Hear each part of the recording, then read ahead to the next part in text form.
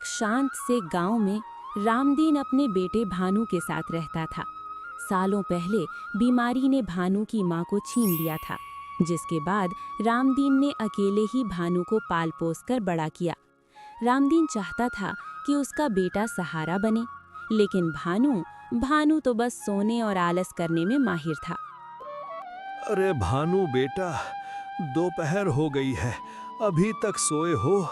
मैंने सुबह कहा था कि कुछ बर्तन पड़े हैं, उन्हें साफ कर देना, पर तुम तो अपनी नींद से ही बाज नहीं आते। ओहो बाबा, आप भी ना। मुझे लगा अभी तो सुबह ही हुई है। आप चिंता क्यों करते हैं, मैं अभी कर दूंगा। आप जाइए जमींदार के खेत पर, वरना वो फिर गुस्सा करेंगे। बेटा, अब इस शरीर में जान नहीं बची। मैंने जमींदार को मना कर दिया है। अब घर का गुजारा तुम्हें ही करना होगा। मेरी हड्डियां अब जवाब दे चुकी हैं। पिताजी, आप सीधे क्यों नहीं कहते कि आपको मेरा सोना पसंद नहीं? आप झूठ क्यों बोल रहे हैं कि आप काम नहीं कर सकते? तुम्हें मेरी बात झूठ लगती है? बाहर निकल कर देखो, लोग ताने मारते हैं कि कैसा निकम्मा बेटा पाल रखा है। जिस दिन मैं मर जाऊंगा, उस दिन तुम्हें मेरी बातों की कीमत समझ आएगी। पिता की बातें भानु को चुभ गईं। वो गुस्से में घर से निकलकर जंगल के एक पेड़ के नीचे जाकर बैठ गया। ये गांव वाले भी ना पिताजी को भड़का देते हैं। अगर मैं थोड़ा आराम कर लूं तो क्या पहाड़ टूट जाएगा। खैर, अभी तो थक गया हूं, थोड़ा सो लेता हूं। भानु सो जाता है। तभी वहाँ से एक पंडित बाबा गुजरते हैं और उसे जगाते हुए बोलते हैं, उठो मूर्ख, इतने हट्टे कट्टे होकर भी आलसियों की तरह दिन भर सो रहे हो। क्या तुम्हें जीवन का कोई उद्देश्य नहीं पता? बाबा, आपको क्या समस्या है? घर पर पिता नहीं सोने देते हैं, यहाँ आप आ गए। मुझे शांति से रहने दीजिए।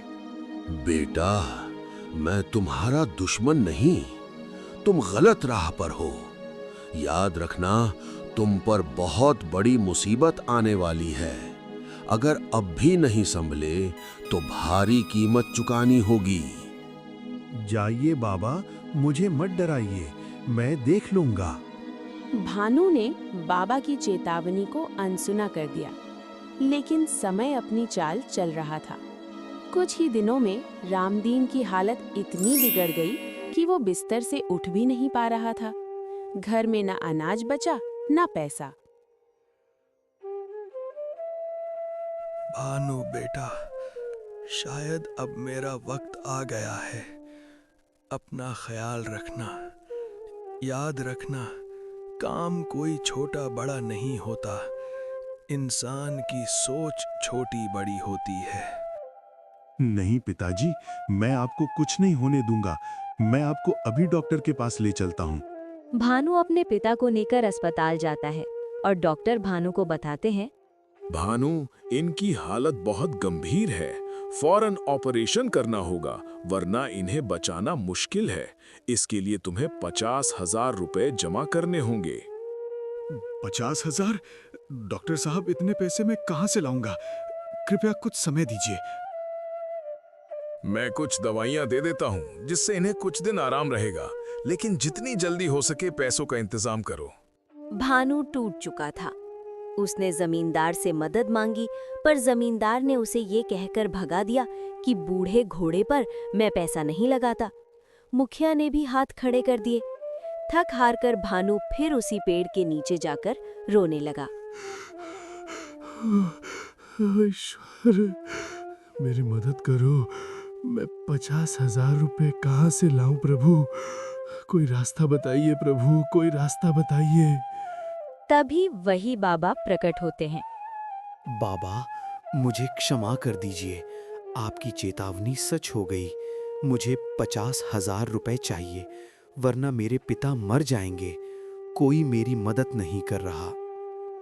बेटा, तुम्हें अपनी गलती का एहसास है, ये अच्छी बात है। ये लो, ये मेरी शक्ति से सिद्ध की हुई राख है। इसे अपनी जुबान से चूम लो। ये तुम्हें थकने नहीं देगी और तुम्हारे अंदर दानव जैसी शक्ति भर देगी। अब जाओ और लकड़ी काटो। भानु ने जैसे ही वो राख चूमी, उसे लगा जैसे उसके शरीर में बिजली दौड़ गई हो। उसने बिना रुके घंटों लकड़ियां काटी।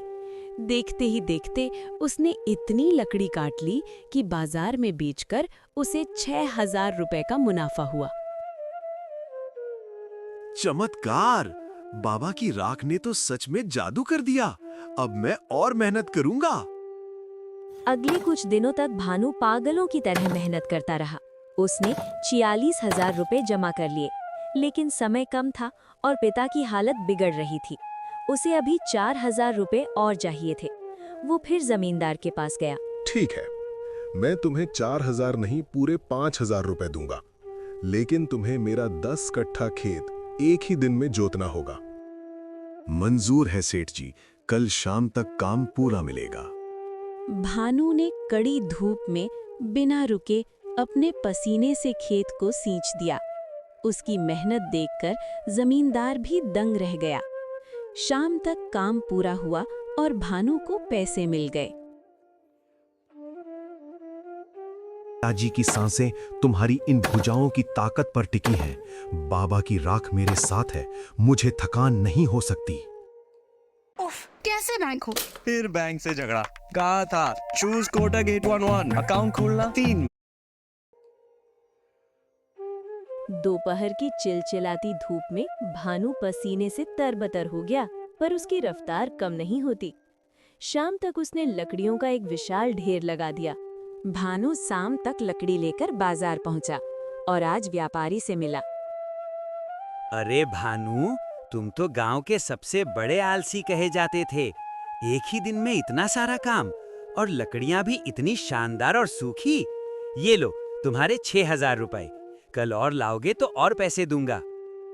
धन्यवाद मालिक, कल मैं इससे भी ज्यादा मेहनत करूंगा। भानु अब रोज सुबह 4 बजे उठता। वो पहले घर का सारा काम करता, बीमार पिता को दवा और दलिया खिलाता और फिर जंगल निकल जाता। गांव की चौपाल पर बैठने वाले लोग जो कल तक उसकी बुराई करते थे, अब अपनी आंखों पर यकीन नहीं कर पा रहे थे। देखा तुमने, रामदीन का बेटा तो बदल गया है। सुना है जंगल में भूतों की तरह काम करता है।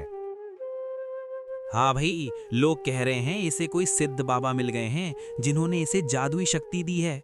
वरना जो लड़का सूरज ढलने तक सोता था, वो आज सूरज उगने से पहले काम पर होता है।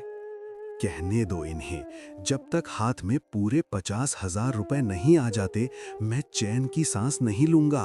भानु ने लकड़ी बेच बेचकर 46,000 रुपए जमा कर लिए थे, लेकिन अब समय खत्म हो रहा था। रामदीन की हालत बिगड़ने लगी थी। डॉक्टर ने कहा था कि अगर अगले 2 दिनों में ऑपरेशन नहीं हुआ तो जहर पूरे शरीर में फैल जाएगा। भानु को 4,000 रुपए की सख्त जरूरत थी। भानु फिर से जमींदार के पास मदद मांगने गया। आओ भानु, सुना है आजकल बहुत बड़े मेहनती बन गए हो। क्या चाहिए? पैसे? हाँ सेठ जी, सिर्फ 4,000 रुपए कम पड़ रहे हैं। मेरे पास समय नहीं है, आप ये पैसे दे दीजिए, मैं आपके यहाँ उम्र भर गुलामी करूँगा। गुलामी की जरूरत नहीं, मेरे एक और खेत की जुताई कर दो। मेरा 10 कट्ठा खेत बंजर पड़ा है, मिट्टी पत्थर जैसी सख्त हो चुकी है। अगर तुम कल सूर्यास्त से पहले उस पूरे खेत की जुताई कर दो, चाहो तो मेरे बैल को भी ले जाओ। अगर तुम ये काम कर दिए तो मैं तुम्हें 5,000 रुपए दूंगा। मंजूर है? मंजूर है सेठ जी, कल शाम तक काम पूरा मिलेगा। दोपहर तक भानु की हिम्मत टूटने लगी थी। उसके हाथों से खून निकलने लगा था। तभी उसे पंडित बाबा की आवाज उसके कानों में गूंजी। मुसीबत का पहाड़ गिरेगा भानु, तैयार रहना। भानु ने फिर से खेतों को जोतने लगा। हाथ जवाब दे रहे हैं, प्यास से गला सूख रहा है। बाबा, क्या आपकी राख का असर कम हो रहा है? नहीं, मुझे हारना नहीं है। पिताजी का चेहरा याद करो भानु, उनकी वो कमजोर आवाज याद करो।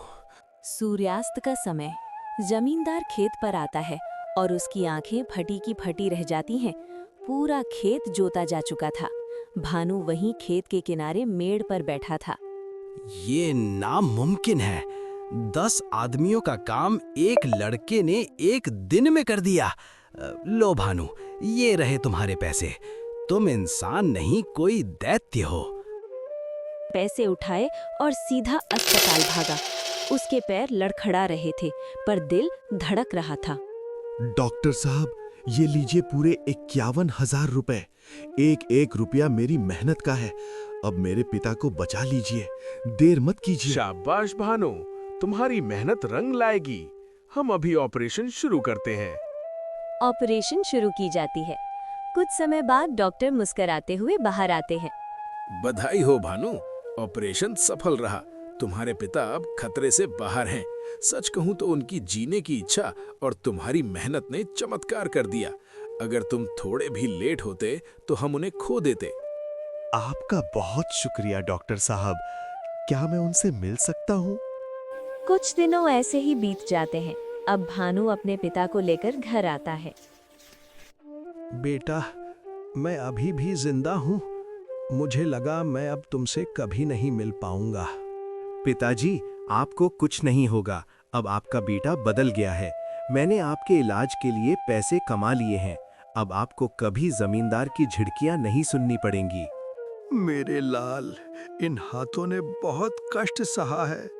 मुझे माफ कर दे बेटा, मैंने तुझे बहुत डांटा था।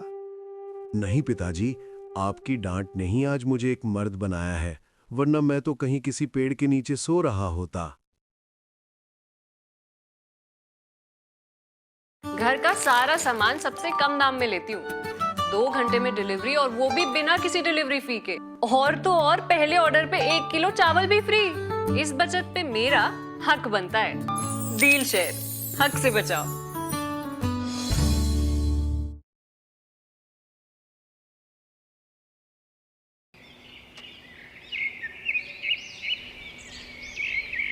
एक छोटे से